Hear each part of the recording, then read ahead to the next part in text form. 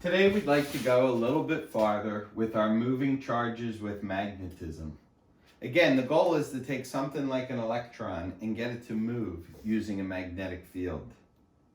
We saw that we could do this in a very convoluted system where we take a metal rail and we push it along to other rails and we have the whole thing in a magnetic field and we get our charges moving to the top of the rail and our positive charges staying where they were, and then we get a flow of electricity through our circuit and our light comes on. So although this works, and it's a great example to visually see why the electrons move, practically this is not used anywhere for powering anything.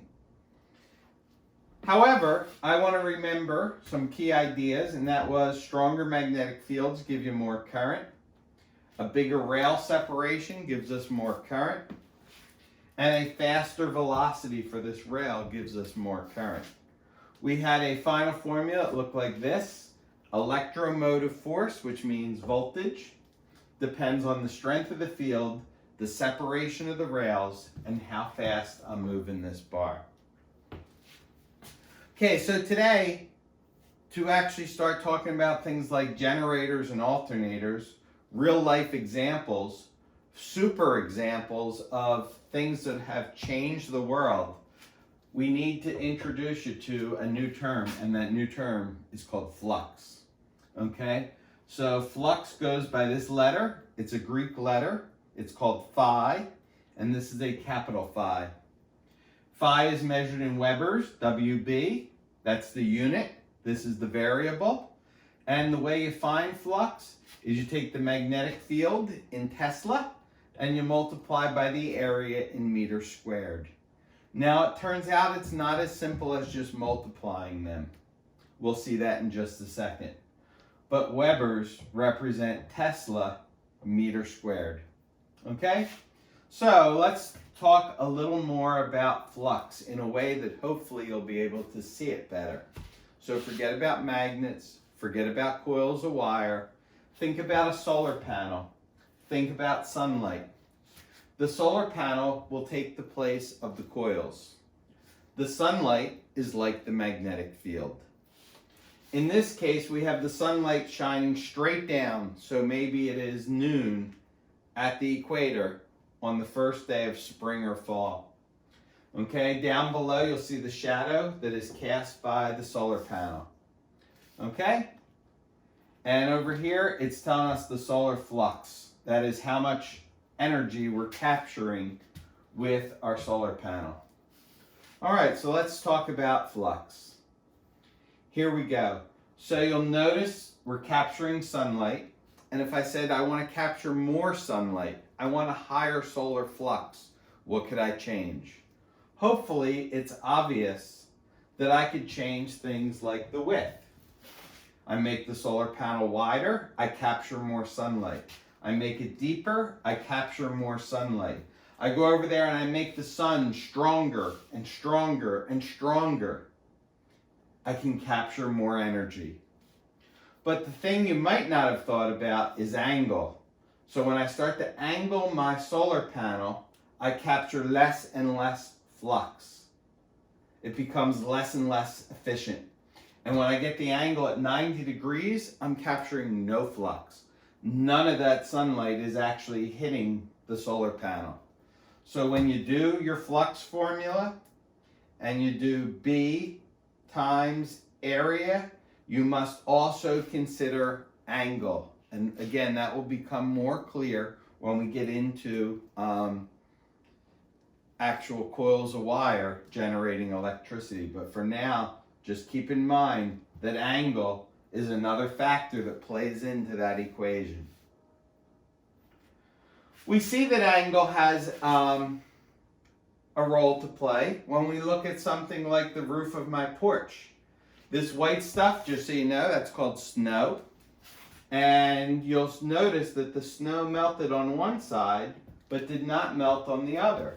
So even though both sides have the same area, and even though the sun is shining on both sides, based on the angle of the sunlight hitting the roof, This one gets a larger solar flux.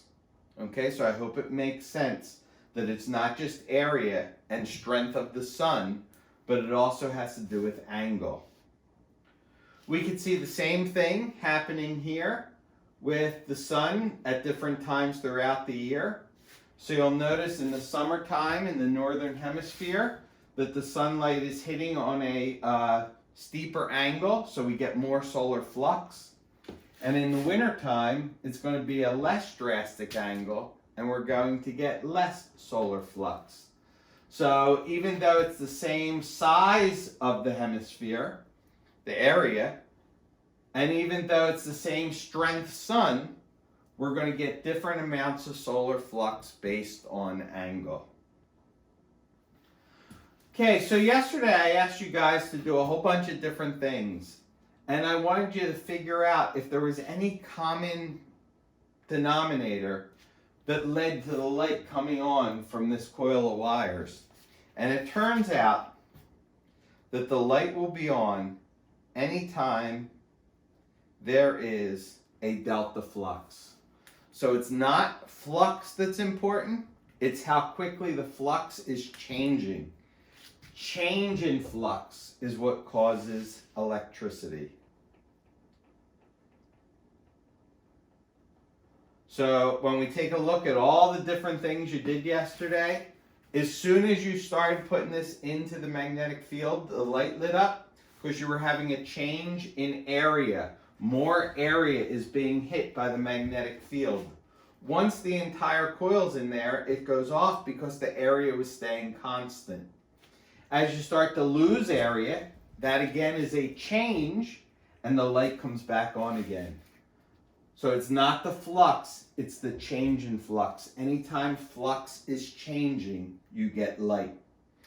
So I had you bring the coil in, I had you move it vertically, and you'll notice even though it's moving, even though it's in the magnetic field, the light's not on because we're not changing the amount of magnetic field that's actually piercing through that coil. And even if we put the entire coil inside the magnetic field and move it vertically, we get nothing. There is no change in flux happening. However, if I flip the magnets, there is a momentary change of flux.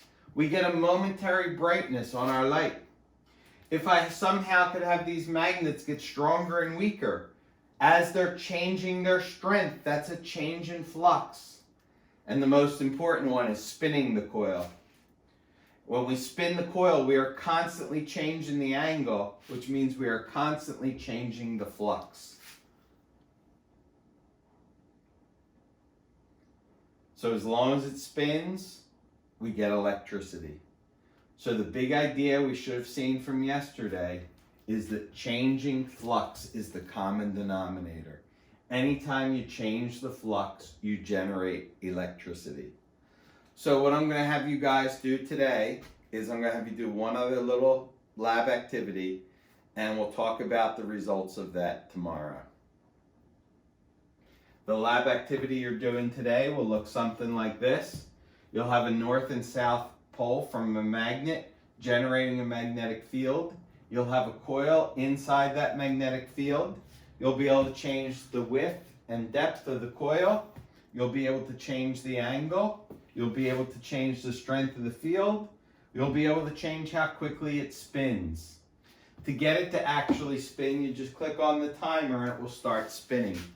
You'll notice it tells you how many Webers of flux you're getting. And down below all this, it will give you a graph. Follow along the directions and submit the things I need you to submit. Anyway, I hope you guys have a great day, and we will see you soon.